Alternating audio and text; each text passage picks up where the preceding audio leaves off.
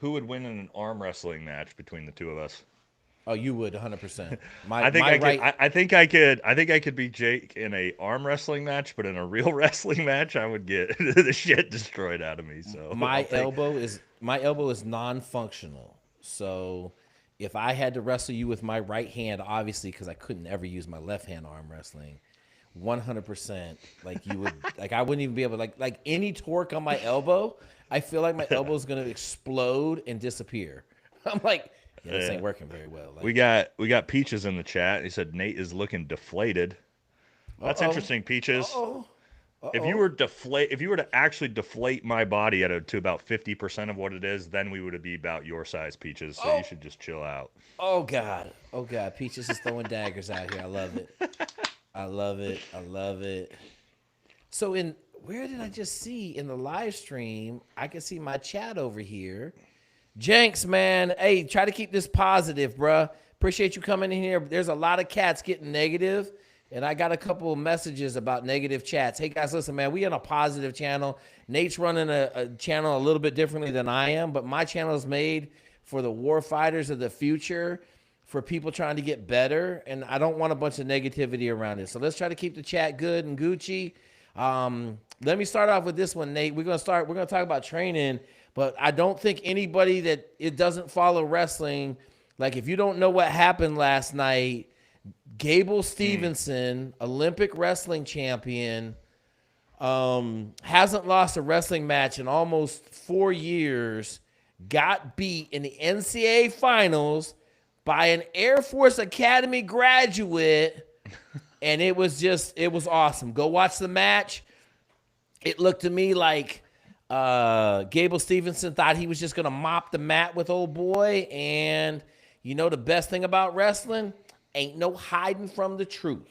So shout out to Henderson who won it, second lieutenant, United States Air Force Academy grad. Man, it was just one of those deals where he wanted it more than Gableson did, and he took it from him. Yeah, wasn't Trump there for Yeah, that? Trump was in the stands. Everybody was giving him shout outs after the win, bruh. He was right there, like Matt's side. It was awesome, man. Big That's shout awesome. out. We're trying to make wrestling bigger than it, like women's wrestling is causing a rebirth in wrestling right now. Like women's Mm. wrestling is exploding, and Yeah. I got a wrestling coach over at McKendree who I got hooked up with through one of my people, and he told me, man, he's like, this is the exact same makeup as a normal wrestling room, a male's wrestling room. You got one or two savages, you got three or four really, really tough girls, and then you got, a contingency below them of their animals, and then you got the regular makeup. He had 5 national champions in 1 year, and so one of his girls is her dad was an Army Ranger, and got shot up overseas, and she's all fired up to go into the military and get some revenge for her dad. And it's like, oh yeah, that's what it looks like. So Yeah, it's really popular in high school now too. I know yeah, it's my awesome. son or my stepson was a regional champion wrestler 2 years in a row, and now he doesn't want to do it anymore right now, which we're like, ugh. But anyway, the wrestling team here, when we went to go check it out, there was like as many girls on the team as guys, and I was like, what? When I was in high school, like there maybe was like one girl who would want to be on the team, you know what I mean? But now it's like an actual popular sport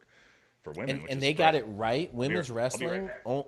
only wrestles freestyle. So everybody watching, international wrestling is all freestyle. America wrestles folk style, and then they got to learn how to wrestle freestyle. I think it's just phenomenal that our women are out there wrestling. Hey man, shout out to Tasty Games. This is what I crush, so I'm on fire in these podcasts. My boy Nate dropping Tasty Games. Yeah, these Boy. episodes are going to be brought to you by Tasty Gains. Y'all have seen me rep their creatine gummies on the channel in the past, and now they have pre-workout gummies. And guys, these are I love pre-workout personally. I'm a Red Bull junkie. Unfortunately, I'm still trying to give these up. Ooh. But guys, this pre-workout, you should copy some. 2 gummies, and it's as good as any pre-workout I've ever had. You don't have to chug a bunch of disgusting water. Put it in your gut. So Mm-mm. Two cop two out. gummies. We'll put these out in the description. I don't know if there's a limit, Nate. You think? I don't know. I'm doing. It says 2. I do 4 1 hour Oh before I my. talk, and then I'll be like, "Let's go." So Yeah, I mean, you could take what your heart can handle, guys, but it's 2 recommended gummies per 2 serving. recommended, but I do a little extra strength. All right, let's get into it, Nate. We're talking today about tough parts of training, not necessarily the beginning parts of indoc or like Navy SEAL training, but we're talking about like what makes the community really hard. Right. We're gonna work on Nate not interrupting, and here's my suggestion: we have We're like good. I think no well Nate, I think Riverside, because I did another video. I think we just have to take a pause after we talk a little bit, because for Yeah. some reason Riverside is jumping it forward a little bit. Yeah. Yep. Nope, we're good. I've been working on it. I know, guys, it's hard because the way you have a conversation with someone, right? Like if me and Jake were offline, like that's the normal way of conversation. It's banter back and forth. But for you guys watching this, podcasting is like it needs to be segment, segment, segment, segment. So we'll get it together. It's good critiques from everybody. I'm still learning, guys. I've been retired for a year. You know what I mean? I'm not I'm not a podcast expert, so we're working on it. All right, That I'm that's why ready. we're doing so well, Nate. Like we ain't podcast dudes. We just some dudes trying to help people and do good things. And like if I was some professional at this shit, like it wouldn't be genuine, right? Like that's not who I am. So Yep. All right, let's jump into this. You want to start? You want to start? I think we start with like most challenging parts of training, and then we can talk about most dangerous because they aren't actually necessarily the same thing. no. But if you So want to, if you want to jump in, maybe I think we have like maybe the hardest parts of the actual pipeline, maybe, and then we can jump into on a team, or do you want to go straight into actual operational difficulties in training? I think we covered like, dude, last episode we covered a ton of like pool comp, and we covered a ton of that Yeah. stuff on training. I'd like to jump into the kind of that, it's still training from our perspective, but it's a different level of game. And one of the things I Yeah. wanted to really try to get across is just like how there are no safety officers out there. There's no guardrails. Mm. There's nothing to prevent really bad things happening to you when you start training with real bullets and grenades. And I got a couple stories that are like, one is super sketchy, and then 2 of them are like really benign, like just kind of like, oh yeah, and then it was like, oh no, and then it got to be like, oh no, and then it was like, okay, we got to do something. And so, I'll start with my first story. So, um, when I was in SQT, which is the like for us, it was the qualification course after you got done with Buds. You used to graduate Buds, you go to your SEAL team, you're on probation for a year. So we were in SQT, and SQT is built for like, let's say a guy coming out of Buds, or you have a guy coming back into the community. So in my platoon, there was a chief who had been down at um, been down at the 18 Delta course teaching for 6 years. And there was a free fall instructor that was coming back into the community after spending 3 years in Yuma as a free fall instructor. Mm. So there was 2 classes, and they alternate training. So like if we're doing diving, the other class is doing land warfare. So we were diving, doing our diving, and the other class did land warfare. Well, they started a forest fire. Okay. So they're out there, and my buddy's on the other training cycle, and he's like, yeah, man, we've been fucking doing IADs, which is immediate action drills with guns in the middle of a forest fire. I was like, what do you mean? He's like, yeah, it's bad, but like, like we're fighting through this smoke. I'm like, okay. So fast forward, probably a month, and we go up to Fort AP Hill, and no, yeah, Fort AP Hill, and we're up at AP Hill, and we're going to do land warfare. So we start in this big open field, and there's smoke everywhere, and I'm like, what the hell is this shit, right? And so we got out there. It was the middle of the summer, Virginia, and it was like a wheat field, but for whatever reason, it was like 115 degrees out there. And so we had just got done with Buds, right? We're in phenomenal shape. But Chief and the E6, they weren't in phenomenal shape. And so we're out there, and somebody had a thermometer and they're like, yo, it's 115 degrees out here. So we do one bounding movement, right? Like they had us bounding, and I don't know how you guys do it in the Green Berets, but for us, we have colored balloons on the targets. So it'll be yellow or red balloons. And so your job is to shoot all of the red balloons first, and then you transition to yellow balloons because the yellow balloons are less dangerous than the red balloons. Mm, Okay, okay. and so you can't move like the red balloons are like there's normally let's say 5 of them for 8 people, and once you shoot the red balloons, then you can start moving, so you can bounce. So we're out there. It's hot. It's so hot that my uniform is dry.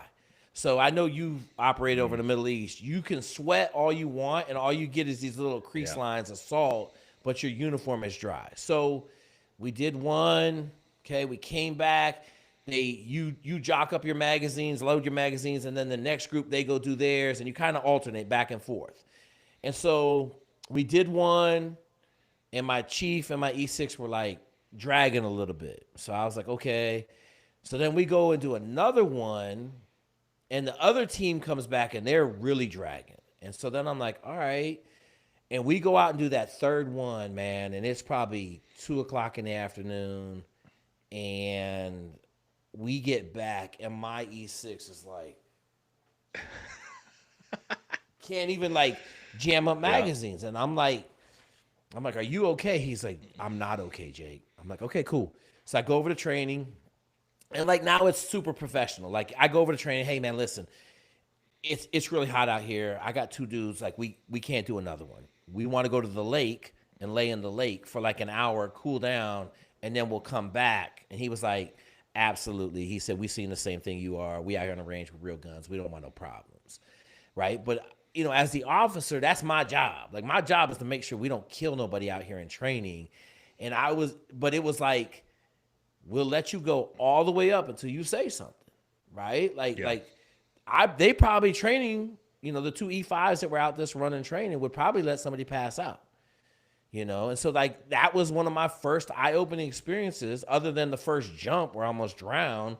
But like personally, like being in like, you're like, oh shit, like, okay, all right. Yeah, I mean, for training for us, especially in Fort Bragg, for those of you who know what the Southeast is like in the middle of August in full uniform doing stuff like Jake's talking about, heat casualty is probably one of the number one ways that gets guys in our training pipeline. I'm going to talk a little bit about we'll move. I'm going to transition into. I think you're right. Like we've talked. Everybody knows like the dangerous parts of training. I'm going to talk about the dangerous, or in like the Q course. I'm going to talk about the dangerous parts of training as you move into an ODA. And what spurred that on is you mentioned you almost drowned on your first jump. So that I'm going to talk about when we're going to talk about dangerous shit. And we're talking about helo casting or doing jumps into the water, and especially the ocean, which we did, which I imagine you guys did, and we did out in Okinawa all the time. So a big part of this is also what the tide's like, what the swells are like, and you never know; it can change. So we we were working on our military freefall team. We were doing a lot of water jumps because we were trying to be the first ODA to proof of concept a military freefall jump onto an island in the South China Sea, which we ended up doing. But to prepare for that, we had to be able to like land in the fucked up ocean because the islands are so small. And there was one time I think we had 6 foot swells. They were at 3 foot swells. We were about to load the plane, and in Okinawa, like I'm looking out over the ocean. We're on the airfield, which is right next to the beach, and it's black, like it's just black clouds, right? And you're like watching, and you know what rain looks like over the ocean, right?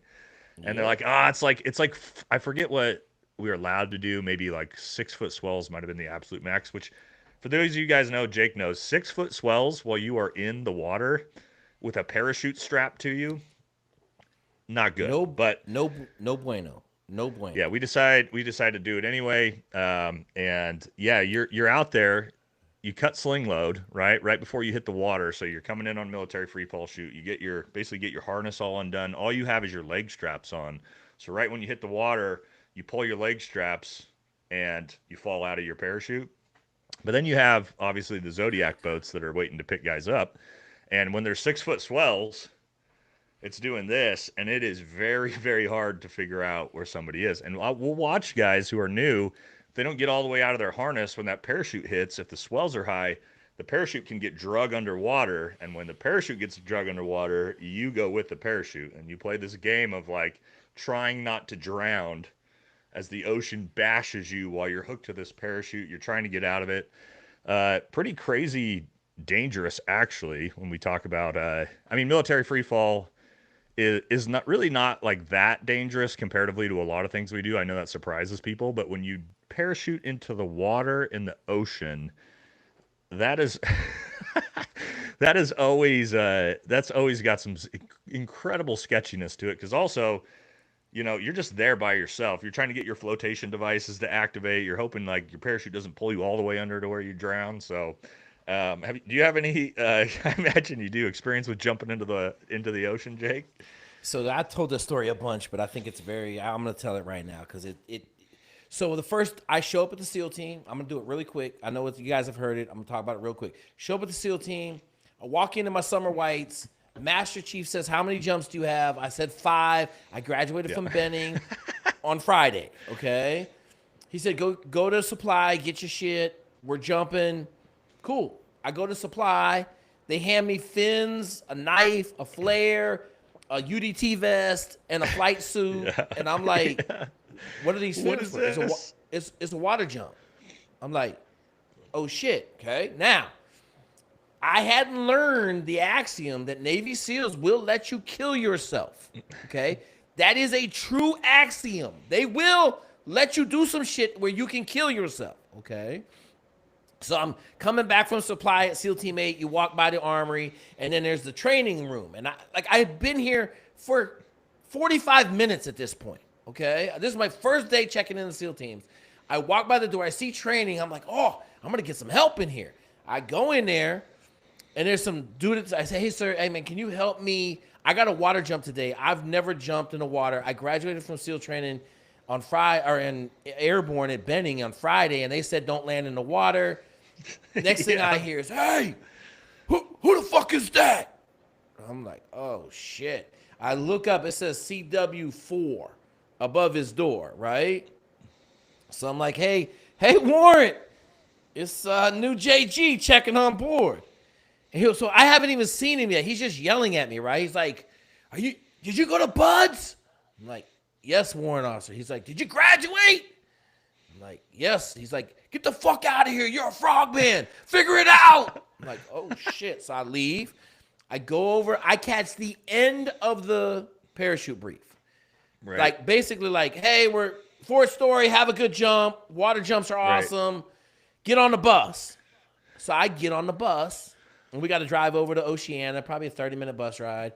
I don't know anybody on the bus. Like, normally you're going to know people on the bus from Buds, or I don't know anybody. So I'm just a new guy. I'm just fucking on the bus.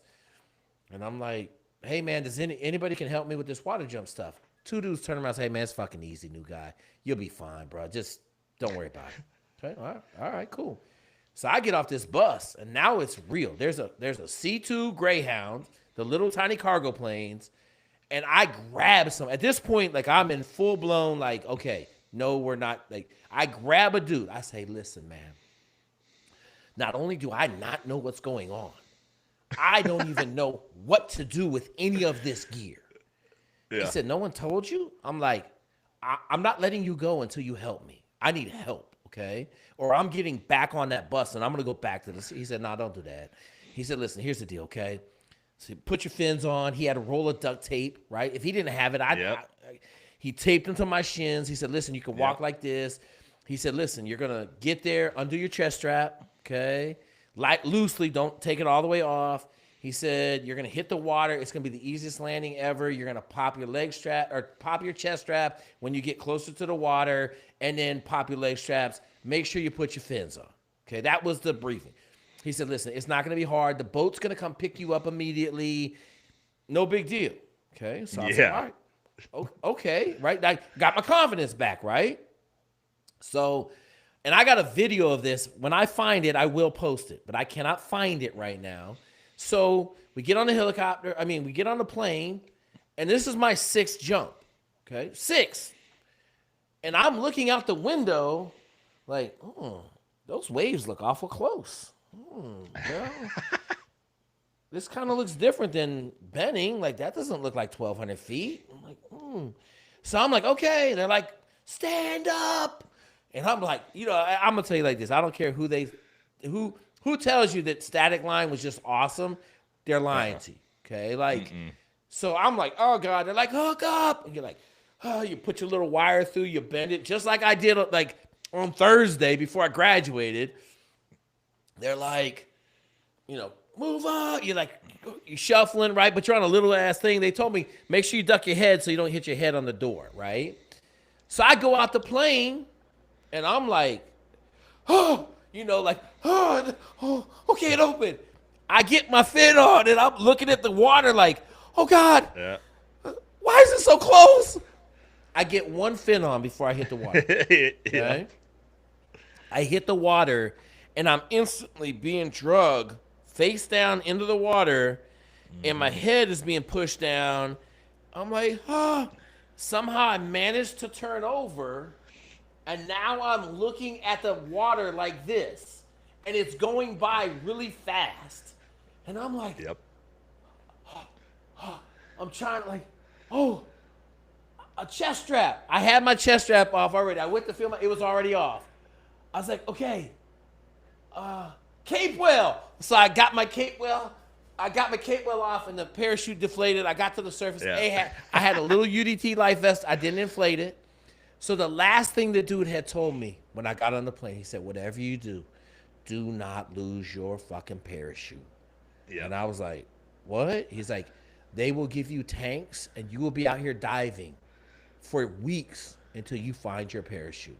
Yeah. So that was the last thought in my head, man. Just like you said, solid 3 foot, 4 foot waves, parachute sunk. It's pulling me under the water. I'm fighting to breathe. Yeah. I got one fin on. They didn't pick me up for an hour and a half. Yep, and that's what that's why I laughed when you said like we'll pick you up right away. No. I was the new guy. And they were like, so they got there and it was probably almost the most smoked I had been in the SEAL teams. Like that was my first 7 hours there. But like even later, like I was putting out, like I didn't want to lose my parachute on the first day as a new dude. Like, and when they got to me, like I was ready to beat everybody up in the boat, man. Like they were like, "Where's your parachute?" I'm like, and they got me on the boat, and then I was able to catch my breath. Like you recover fast after training, and so I was like, "You motherfuckers!" And they were like, "Calm down, man. Like you're the new guy." I'm like, "You mother," and then the light turned on, and I was like, "Yep, you fuck around in this environment, you're gonna get killed, man." So, and that was like, I tell all my new guys, it's one of my best new guy speeches. Like, look, man, there's going to be times in the teams when you first get there that you need to raise your hand and step out of whatever the fuck it is. Because 100%. if you push your luck, you're going to end up dead. Yeah, that's such a good point. And we tell the young guys all that. Like, if you don't fucking know, ask a question. Even if you think it's a stupid question, you might get made fun of, but it's going to save your life. Don't just assume you know what you're doing because the job's dangerous, and you don't know what you're doing, right? Especially like you mentioned with static line, military free fall into the water is so much better. One, right? You control your parachute, you can flare, but also you have 10 minutes to adjust yourself. So, you get in the air, you get it comfortable, you get your chest strap undone, you're ready to go. And then as you slowly come in, you can undo. Static line, you've got, I don't know, a minute or less to get out of the plane, make sure your parachute actually open, and then start putting on your fins, undoing your chest. And like the odds you get all that ready by the time you hit the water is, unless you're really, really good at it, extremely low. Nate, I forgot a very large part of this problem. There was cloud cover at 1,200 feet, and we're not allowed to jump through cloud cover in static line. You do it under, yep. We exited the plane at like 700 feet. Yep. I timed it. I had like 28 seconds before I hit the water. Like, yeah. So I'm going to talk about which is I think is the most dangerous thing we do in the military by far. Some of the craziest shit I've ever seen happen, and that is fast roping. Do you guys do a lot of fast roping?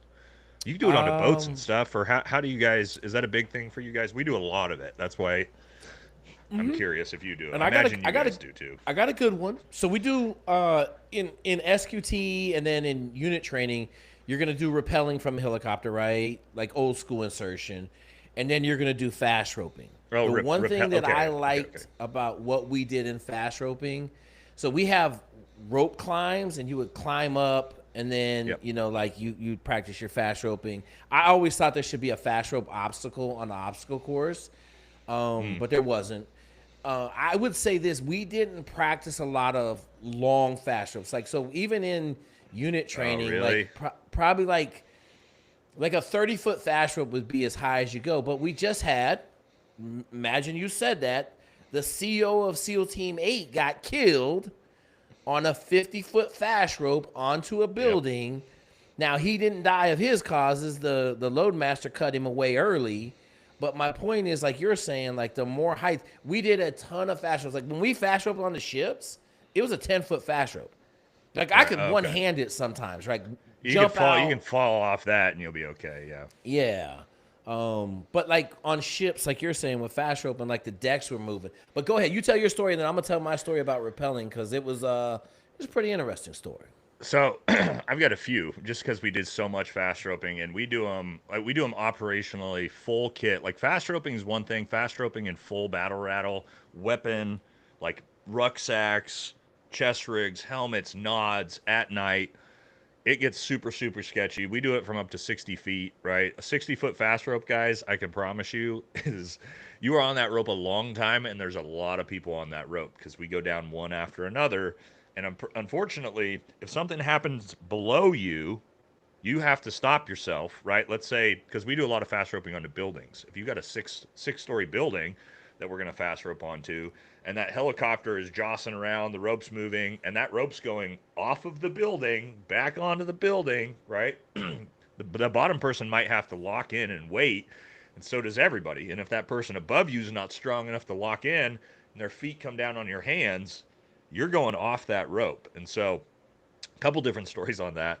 Um, One, we were working with the two commando guys in Australia doing a bunch of fast roping. They're super good at it. This is like their biggest thing is fast roping, and we're doing it at night, and we're gonna fast rope on top of this building. And I swear, the top of this building must have been maybe 10 feet by 10 feet, like like small with big railing, like a 3 foot railing around the outside. And I was a fries master, so I would be the guy that would send everybody out, and I would go out last. And I start sending my dudes out, and we're good. And then my warrant officer, the other Nate on my team, he is probably about 150, 160 pounds soaking wet, right? And in fast roping, the lighter you are, the more that rope can do crazy shit if someone's not holding it down on the ground. I send him out the plane, and as you go out the plane, or you're sitting on a helicopter, and you got we were doing out of Blackhawks. You're sitting there, and so you kind of turn away from the plane and 180. That way, your rucksack doesn't catch on the helo. And as he turns and goes down, I watch him. He just disappears immediately under the aircraft because of the rotor wash. So he disappears. The rope goes flying that way. And I'm like, oh God, he's gone. And as I'm sliding down, and I'm able to look down below, and he's got his feet on the railing of this 4 story building, right? And he's doing this, like holding onto the rope as his feet are on that railing, trying not to fall off the side of this 4 story building while the rotor wash is blowing him off the building, back onto the building, off the building, back onto the building. We're finally able to get one of the guys below that to get the rope into the center so he can get on. But like, had he flown off that thing, he'd have fallen, 4 stories, probably broken every bone in his body. That's one. Now I'm talking about falling out of aircraft because I've literally watched multiple guys miss the rope, right? And um, I watched an Aussie two commando guy, and they're wild the stuff they do. They fast rope with dogs and all kinds of stuff. Like they'll do 6 people at once. Really cool stuff. Really really cool to watch them work. But we're like going back and forth. They go, we go, they go, we go. and we're out in this big field. We're just doing elevators, and elevators, Hang hang guys, is where. hang on, Yep, you're Nate. good. Okay, explain that to everybody. You're saying they go, we go, meaning their stick goes and then Yep. your stick goes. Not you're not alternating people, correct? No, Okay. so we would have like six of them go. They come up, fast rope out. They jump off. Six of us, the Americans, jump on. We eventually integrated, but six Aussies go. They get off. Six Americans get on, and we're just rotating back and forth doing reps. We're doing what's called elevators. Elevators essentially is you get on the aircraft, the helo, it raises straight up to altitude. You fast rope out. It comes back down. Excuse me, and that's how you that's how you get a bunch of repetitions in. So I'm sitting here watching. I'm getting my guys rigged up, and they go up, and I think they're doing about they're probably doing 20-foot fast ropes at this point. And all six ropes come out the sides right together. It's looking badass. And the three on our side, you see all three of them turn to go, and the guy in the center goes out to grab and turn and completely misses the rope and just falls sideways out of the helicopter, off the helicopter, all the way. Luckily, we're in grass, bounces off the ground. Thank God he was okay. I mean, he had the wind knocked out of him, and he ended up not breaking any bones because it wasn't that high. But that's really normal. Like, if you don't get a good grip, especially when you're in full kit, you got 100 pounds of gear on you, you don't lock your legs in correctly, you just fly right off that thing. And now, and the other thing, guys, when we talk about doing 60 footers, I don't know if you ever did any 60 footers, Jake, just to Mm-mm. try them out. I don't Guys, the longest I remember is maybe like a 30 footer. Like we yeah, didn't we didn't go up super high. Let me ask you this. Did you have welding gloves on? Were you that's what I using was. welding gloves? That's exactly what I was just going to talk about. Yeah. Was yes. So when you're at 60 feet, guys, and you're going 60 feet down a rope, we have what's called fast rope gloves. They're essentially welding gloves. Even with those on, right? And if you don't have the rope correctly between your legs, and you have to have your feet on it, guys, you can't wrap your legs around it like you're in high school in a gym, because you'll literally, by the time you get to the bottom of that, the rope burn of that, your hands are like 200 degrees on the outside of those welding gloves when you get to the bottom. And so you also have to have your boots touching the rope rather than your legs. Otherwise, you'll literally, I mean, guys will, and it's hard to do, right? Because then you're not really using, like, you're not wrapping your legs around the rope, and you have to go 60 feet in full kit, just your hands and your feet holding on to that. And yeah, your hands will get absolutely destroyed, burned to pieces if you don't do it correctly. And I've seen guys like go out and miss the rope incorrectly with their feet, and then they have to wrap their legs on it and then come down. And yeah, you're not going to have any hair on your legs and that part of your body for the rest of your life. So yeah, fast roping, I think, is of all the stuff we do on a regular basis has got to be now. You can die from diving, you can die from halo, you can die from fast roping, you can die from ranger school, everything. But as for like per capita, I think fast roping from injuries and death has got to be one of the highest and most dangerous. And it's not easy. It's hard as shit to do. At the end of a day of fast roping, you're like, fuck How this. how far? So I've never fast roped out of a 60. Okay.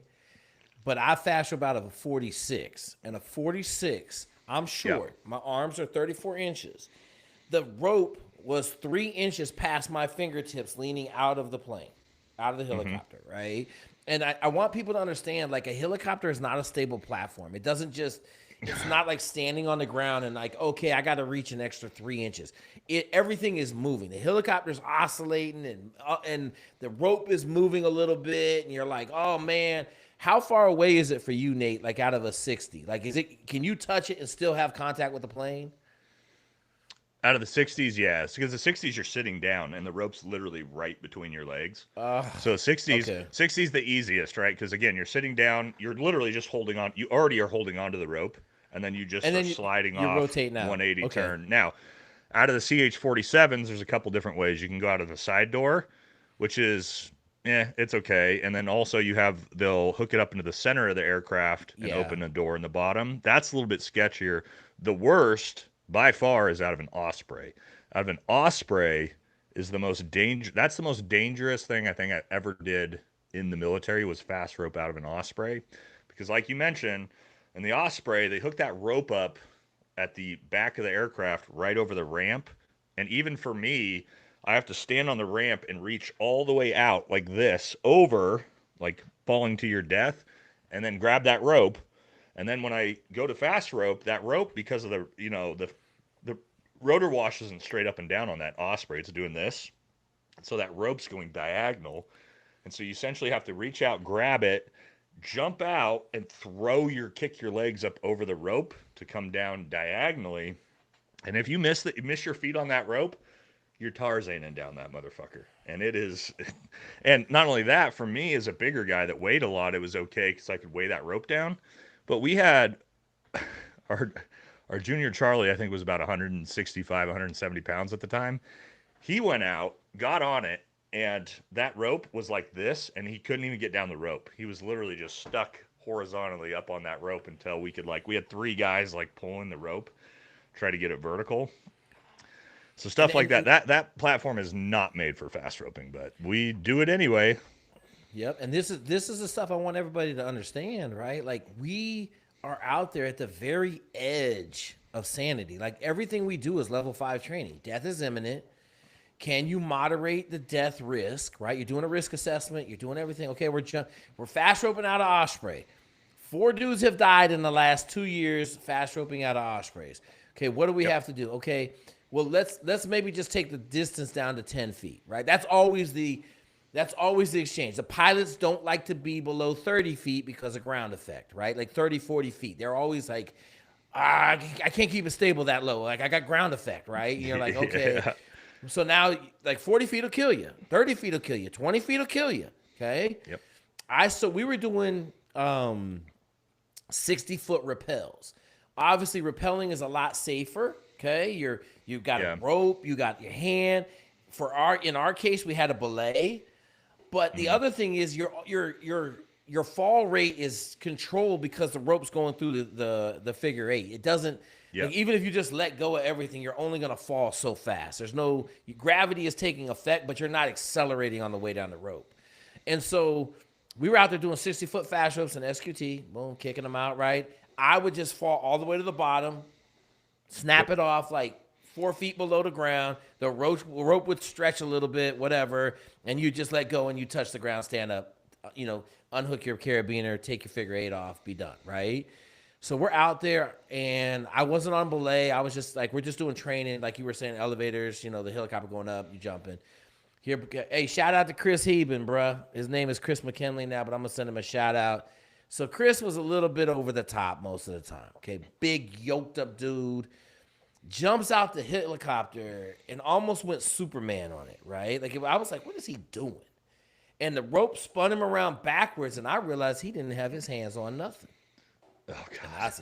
I said, oh man, but we're under a helicopter. You're not under it, but you can't yell at anybody. Like I'm like, oh man, we need belay. We need belay. Belay is the safety dude to pull on the rope to stop you from falling.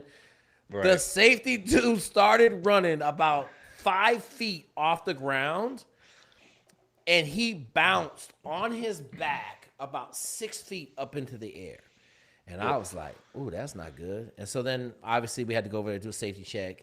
He had a solid concussion, but nothing else wrong. Yeah.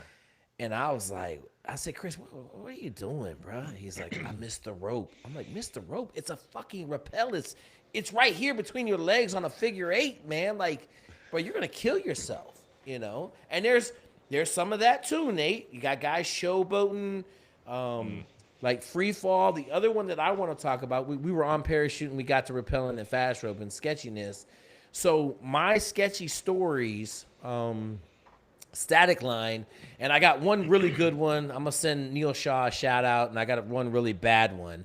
So when we first started jumping, you're at the SEALs. They tell you get your jumps in. The more jumps you do, the easier it'll get. Okay, that's a lie. I got like 69 static line jumps. Every one of them sucked. Okay, Yep. but we would go out Yep. to this airfield, an old airfield called Fentress. And the drop zone was really narrow, like maybe 100 yards wide, huge oak trees on the back side of the drop zone, a big ass oak tree in the middle of the drop zone, not in the middle of the runway, but like right off the runway. And so the first time I went out there, I'm like, oh, this is different. They're like, yeah, it's really tight. Like, make sure you don't land in the trees. So I'm like, all right, cool. So the first time I jump, dude lands in the trees. You're like, okay, that was bad. Don't land in the trees. So after about a year, you get used to jumping out there. And the first thing you know is like, okay, I'm not going in the trees. So we were on this, we were in, it wasn't a platoon jump. It was just a regular, like, they put the call out to all the commands, hey, they're Yeah, jumping, whatever, show we up. have those too. Yep. Yeah. So I show up and go to the brief. We're jumping Fentress. Okay, I don't like jumping Fentress, but whatever. So I remember, you know how they do this? We all the same, right? They give you the wins. Yeah. They're like Yep. one whatever zero, you One know. like one gusting 5 or whatever Yeah, they say. gusting Yeah. five. Like, so this is like, let's just call it 12 knots, right? And they give you the direction. And I'm like, I had seen the windsock. So we stuff a windsock. The winds were blowing towards the trees. Okay. We're Yeah. in rounds. There ain't no mobility. So I'm looking, and he's like, stand up, hook up. So we're hooking up, and I'm like, we're over the trees. So I'm like maybe like fourth in the line, third in the line. And I'm like, like at this point, like I was been in the SEAL teams enough to know, like I'm not doing dumb shit. Like I'm not like this ain't a real mission. This is like categorized as dumb shit. Okay, so Yep. I'm gonna be smart about it. So I'm watching, and he's like, "Go!" And I'm like, we were a solid 50 yards over the trees with the wind blowing over the trees. And I was like, nope. And so the three dudes in front of me went. So then everybody's screaming at me on the bird, like, yo, mother. I'm like, man, fuck you guys, right? Like at this point, like I've been in a couple fights. I had been to Fight Club. Like I wasn't scared of the like, you're Yeah. making us look bad. I like, no, I was like, no, fuck all y'all. So I sat back down. We were on a helicopter. They fucking landed. All three of them dudes was in the fucking trees. Okay. Yep. My boy Chad Burkhart was in the trees for like 6 hours because he Yeah. was like in just a real funny place and they couldn't get to him and they ended up like it was bad, man. And so he ended up being in a wheelchair for 2 weeks because his legs had lost, like the nerves in his legs, they got Oh deadened, yeah.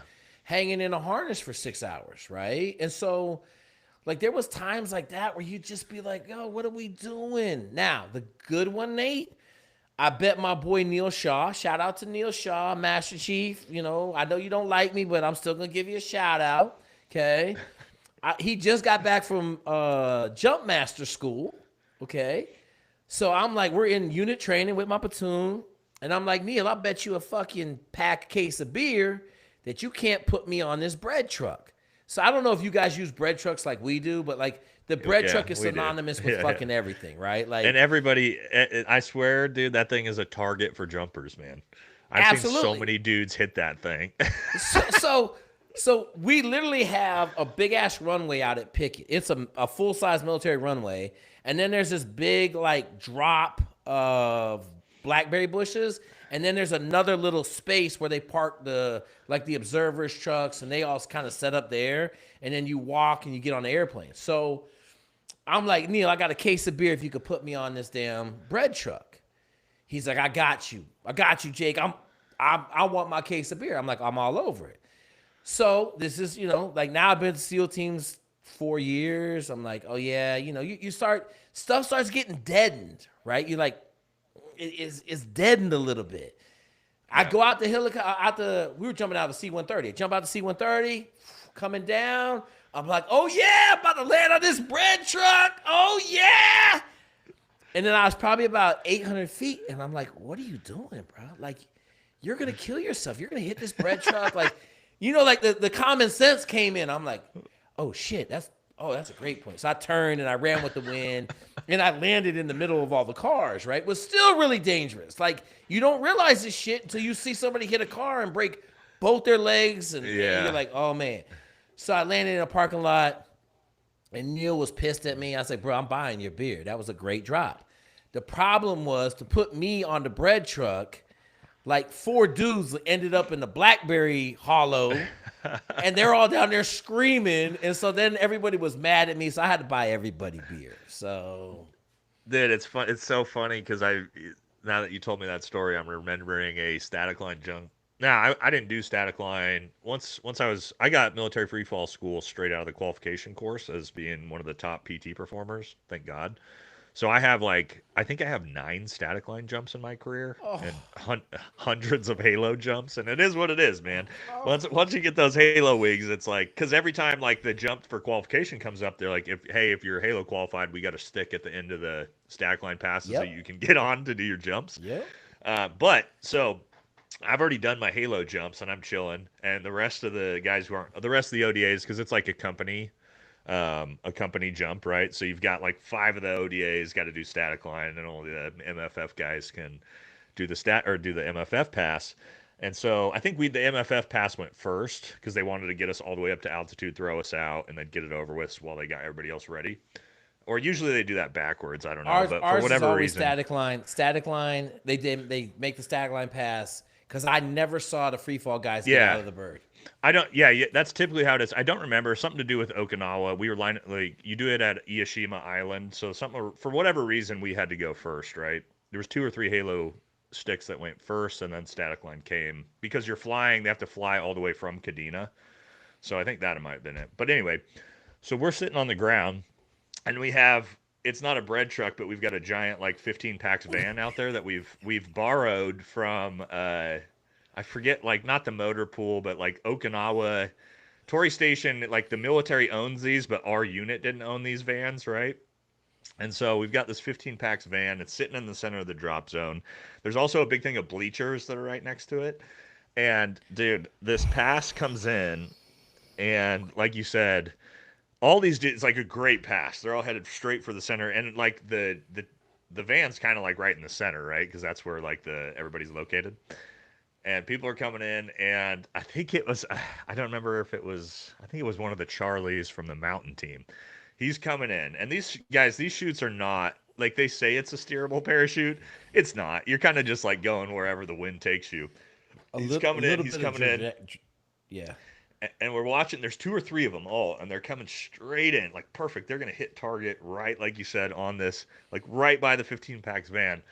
And as this dude comes in, he's like 100 feet, 50 feet, and everybody starts screaming. They're like, "Fucking turn your chute!" And he turns it right, and he's just spinning in circles as he just keeps coming straight towards it because he's not actually changing directions. And he comes in and literally like feet up like this straight into the door of that 15 packs van. Like looked like a car hit this van, like cratered the side of it. He bounces off of it, falls over. The next guy behind him looks like he's going to hit the van, and he watches him. So he is able to turn his parachute enough.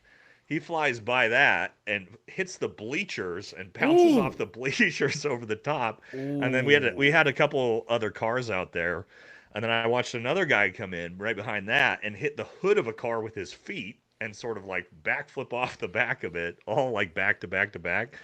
They all ended up being okay. It actually caused a big problem because we destroyed the 15 packs van from the the army Mm-hmm. base that we were on, and they stopped letting us use them because they were so pissed off at us. But yeah, that static line stuff, dude. So so I think it's important that we cover this, Nate, because I want people to understand.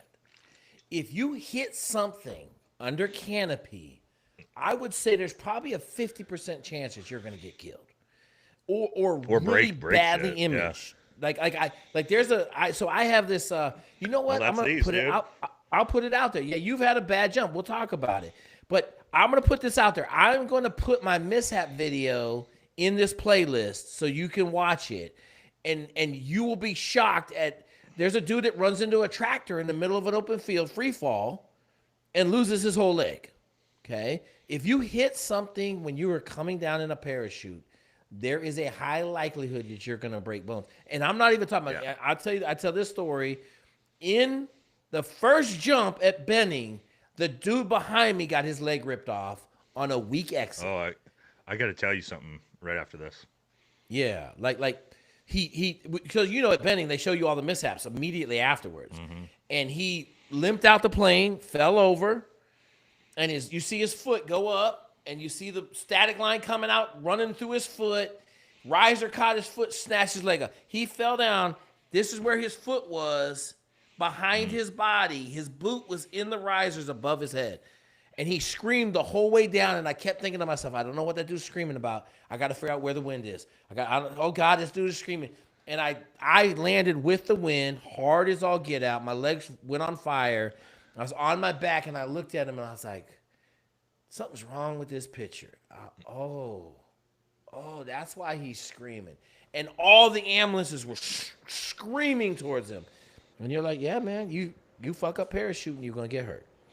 We had a we had a dude catch the stat or not. No, it was a girl I think in our class. Went out and static line routed under her armpit as she jumped out, and it almost ripped her arm all the way off. And yeah, that was ugly. Also, my dad, when he was in static line jump master way back, he said his very first jump, he went out, and it was same place, Benning, same exact airborne school we all go through. It hasn't changed since World War II. Literally hasn't changed. He jumps out, he tells the story, it's funnier, gets his parachute good to go, and somebody next to him or behind him flies by him. Parachute doesn't open. It has a cigarette. What's it called? Cigarette or Cigarette whatever it roll. is. Cigarette Cigarette roll. roll. Flies past him, and his feet go into an open parachute of the jumper to the like in front of my dad. Collapses their parachutes together, entangles, and they both obviously scream to the ground. He said, I think one of them died. One of them lived with like 50 broken bones in his body, and then like they literally were like, okay, that sucks. This happens, guys. All right, get back on the plane. Time to jump again. And you're like, that's my first jump, and I just literally watched two dudes die right next to me, and they're like, yeah, that happens out here, man. And it's like, I wonder how many people have died at airborne school since World War II. I wonder what the numbers are. I bet it's That's a a great decent question. amount. That's And a great question. Yeah, that's the absolute safest environment for static line that there is, because those black hats are as well trained as it's going to get when it comes to being jump masters. Got quite a few super chats if go we want hit your to super chat hit because I'm some about to pee on questions. myself, Nate. Yep. All right, B Sandman, $10. Keep rocking, Jake and Nate. Thank you, brother. Appreciate that generosity. I know we had a couple from Old Sandy Cheeks. Nice name, bro. One sec, let me get these to where I can get scrolled up. Get back up to your message. No, that's not it. All right. Oh, that's. I think you sent two of them, right? There we go. All right. First one from Old Sandy Cheeks. Hey guys, enjoy your stuff. Two chat questions. Currently Navy dude of 10 years went to Buds but didn't make it out of Hell Week. Tried back for years, but Manning and years group didn't jive. And then you said now I'm doing the blue to green program. Blue to green program. Oh, like Navy to Army. Gotcha. And should be leaving to SFAS in October, November. Is there any Army standards I should know going through the pipeline as an E6 or just keep my head down and do it? So kind of an interesting. We'll let Jake get back. Jake, kind of an interesting question from Old Sandy Cheeks, which you might be able to weigh on with me.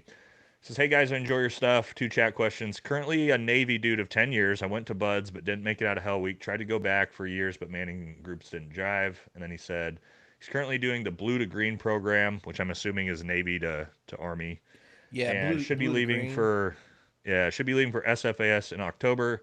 Is there any Army standards I should know going through the pipeline as an E6 or just to keep my head down and do it? So my question would be, why'd you wash out of Buds? Right, that's going to be an important one because Buds and SFAS are not the same. However, they're not. They're both, I mean, I would say equally as difficult, but in different ways. So if you failed Buds because of physical fitness standards, I'm going to say you're probably going to fail SFAS due to physical fitness standards as well, right? If it was a swimming based issue you had, hell, you might be great at SFAS because you're not going to get in the water. So I'd need a little bit more information. So as for standards, PT, you're an E6. I'll tell you this, and this is a big thing in the Q course. Your rank, while we don't wear rank and supposedly it doesn't matter, it absolutely matters to the cadre and the people who are grading you. Okay, so me as a E3 18 X-ray, when I went through, there was very low other expectations from the cadre other than,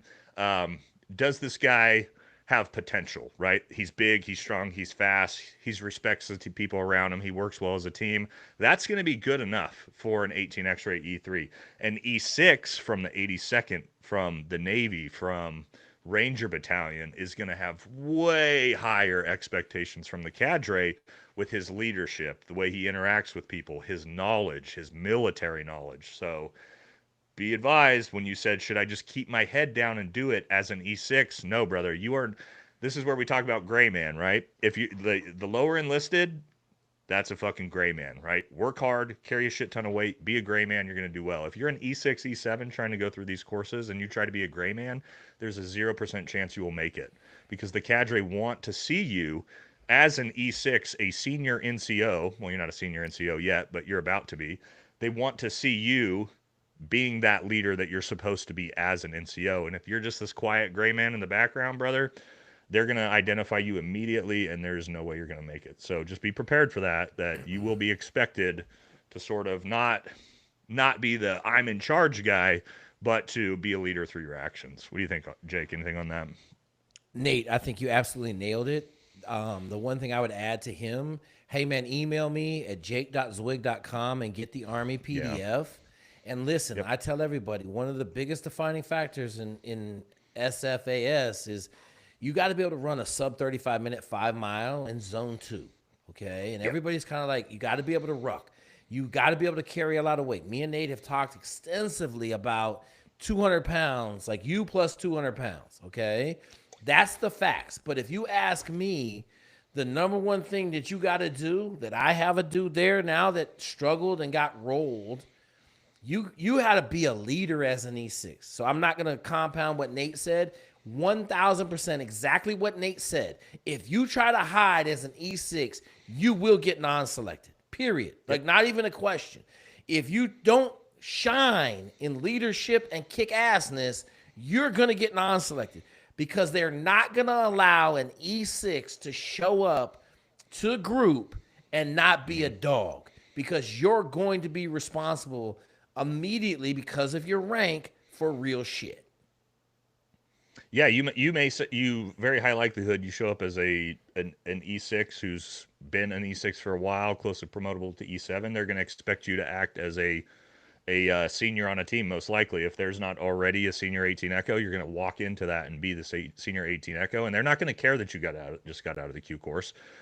The expectations are going to be just as high as any other E6 or E7 that shows up to that team room, that you're ready to do the job. So that, I think you're in a good spot. Don't get me wrong. I'm not saying like you're not going to make it because you're an E6. Because trust me, we put a ton of E6s into group because E6 is still pretty low rank once you're on a team, right? It's called the E7 Mafia for a reason.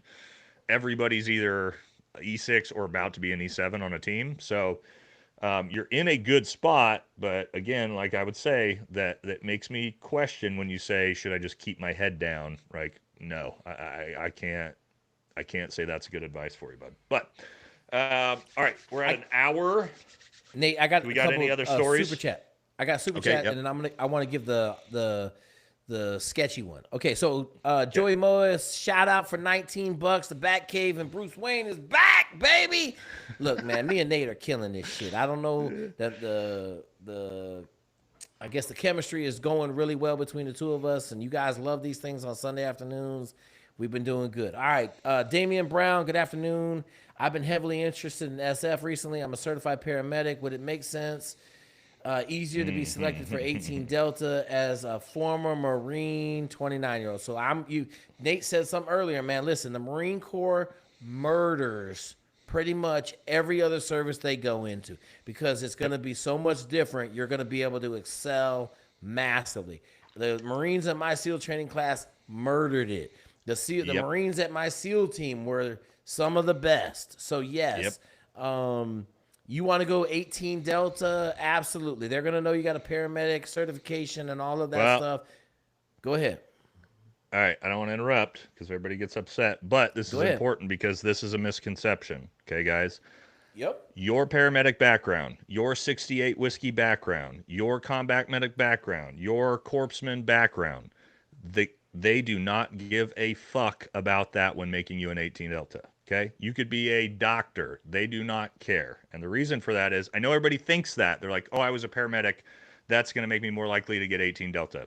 It's not. And it's not that they don't necessarily want it. The entire point is they are going to teach you from the ground floor everything you need to know that's going to infinitely surpass what you could learn as a paramedic, as a corpsman, a 68 whiskey.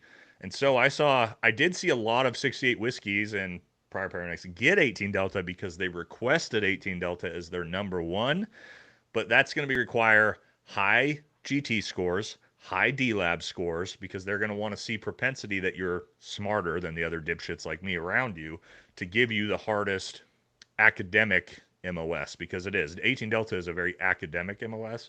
So while I agree with Jake on everything else you said, I just want guys to be careful thinking that, like, hey, if I'm a paramedic or I'm a 68 whiskey, I'm going to get 18 Delta, because that is not the case, guys. There's a lot of guys that get upset because they're like, I was a fucking EMT, I was a paramedic, how did I get 18 Charlie?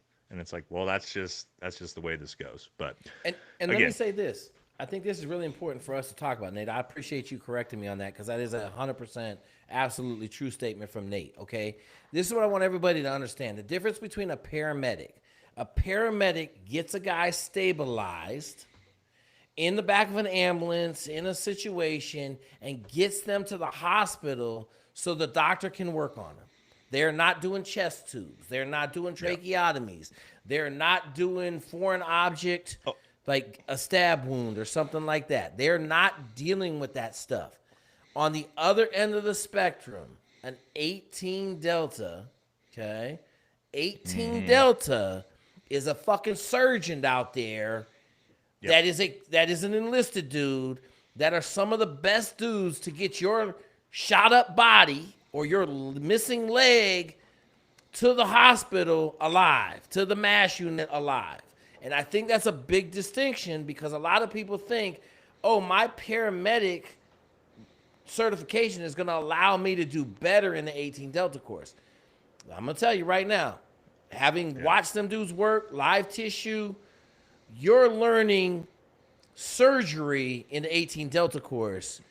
You're responsible for cracking that dude's chest and giving him a heart massage. You're responsible for inserting a chest tube into a collapsed lung. You're responsible for stopping the bleeding with an amputation below the knee. There's no let me stabilize him and get him to the hospital. Yeah, you're saving his life now. Like it's a completely different realm of capabilities. I will say, Jake, because that's a good point. Does being a paramedic, a 68 whiskey, give you an advantage if you do become or if you do get into the 18 Delta course? Yes, because you have a lot of knowledge of that medical background already. You're not starting from the ground floor up. So yes, it does give you sort of a academic advantage in that you already know a lot of the beginner stuff that you're going to learn. But to Jake's point, I teach in my civilian business, TCCC, trauma medicine, and I teach paramedics, I teach EMTs, I teach police officers, sheriffs. And I was an 18 Echo. How do I do that? Because I was cross trained by the 18 Deltas Jake's talking about for a decade, and my skill level gets up to be that high. But like Jake said, our 18 Deltas, most of them, a lot of them become PAs immediately after their 18 Mm-hmm. Deltas, but also guys, they have not only your trauma medicine, they do a ton of different medicine, veterinarian medicine. You got to take care of goats while you're in the 18 Delta Yep. course. Yep. They're also doing OBGYN. They're delivering babies. Okay. Yep. One of my buddies was delivering babies in Afghanistan during VSO, living in the villages when things would go wrong. So an 18 Delta is and they work in hospitals for a huge portion of their 18 Delta course. Like these guys they're not just paramedics or corpsmen or I'm going to put a tourniquet on like Jake said. So yes, you will get a little bit of an advantage because you've got a good medical background, but you're going to go 1,000 times higher than what you were learning as an EMT or a paramedic. So real quick, old Sandy Cheeks wrote, thank you for the straight up answer and BS. Appreciate it. What's your email? I'm assuming that's for Jake's email. He was the one asking the questions Yeah, about yeah. Just Google SFAS. my name, my email come up. Just jake.zwig@gmail. It's all over the place. Just put my email in. Look in the description of any of my videos. My email's in there. Like, just shoot me an email. My bot will send it right back to you. So it's easy. I mean, shit, Nate, that was a good video. I don't think we need to talk about no more stuff. I know I want to talk about No, my rollover accident, but I think that was a if killer we right yeah if there. we were to get into the next one, this thing would go probably longer than two Yeah, hours. yeah, So let's absolutely. yeah tell your last story and then we'll jet out of Oh here. no, no, no. I'm gonna keep my last story. I'm gonna keep it. I'm gonna keep it. Like Oh, we're okay. good. We're at 2308. Let's send a shout out to Taste the Game Gummies.